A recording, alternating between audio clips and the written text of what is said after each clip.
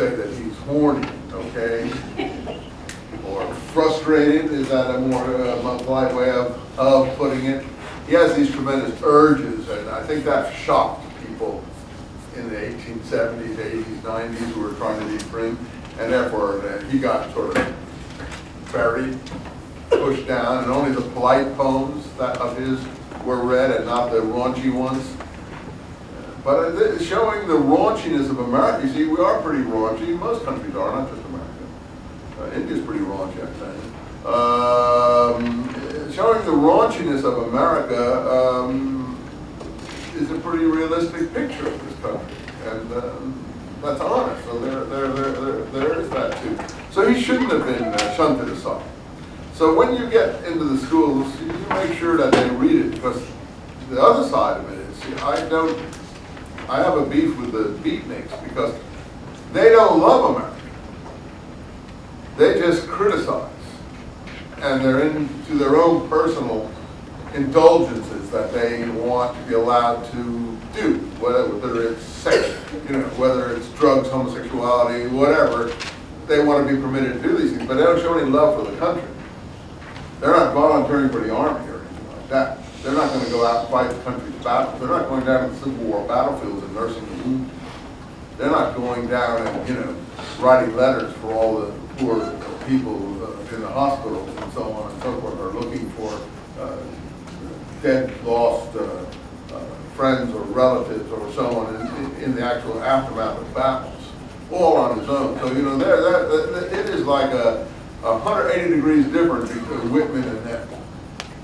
So he may express all these things, but he also has love, tremendous love for what this country is and what it represents. And I think that's a positive thing. And it can be communicated to young people. So you can say, hey, you're giving him a big buildup. Yeah, he deserves it. He deserves it. He really does. If there's a national poet in America, it's him. And you say, well, I've never heard of him. That's why we're putting him in the class. If I have any influence at all on young people, some of you aren't so young, it's to make you aware of people like this so that you can communicate to others. And I can only read a smattering of these poems. So you say, you're giving him high praise. You didn't praise any of the other people like this. Yeah, that's right. I do give him high praise because I think he deserves it. He's not a, excuse the expression, bullshitter. And he's honest, and yet he's full of decent, noble sentiments and emotions, and he's trying all the time. Okay, that's my introduction to him.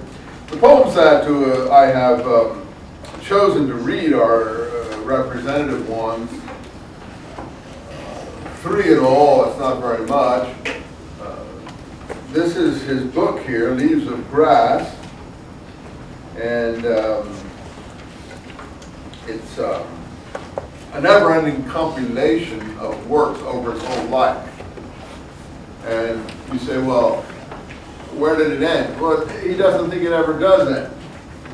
And there are different editions of it. There's an 1856 edition, there's an 1870-something edition, there's an 1880-something edition, and pardon me, he just keeps adding to it. He just keeps adding to it. And that's both his strength and his weakness. Because really, I don't know if you've ever tried to do anything creative, any of you. But sometimes you can be very creative. And then 6 months, 2 years, 3 years later, you're just imitating yourself. You've already had that burst of whatever it is that moved you to write a good letter, paint a good picture, make a good photograph, etc. Sing a good song in your soul, but then you try to get it back again. It's sort of like trying to recapture your youth. You really can often never recapture that thing. So sometimes it's best just to let it go and not try to keep on doing it. So Whitman couldn't let it go. He had to keep on trying, and he'd keep on trying to recreate that urge. So a lot of his poems, and they're not all good, are corny.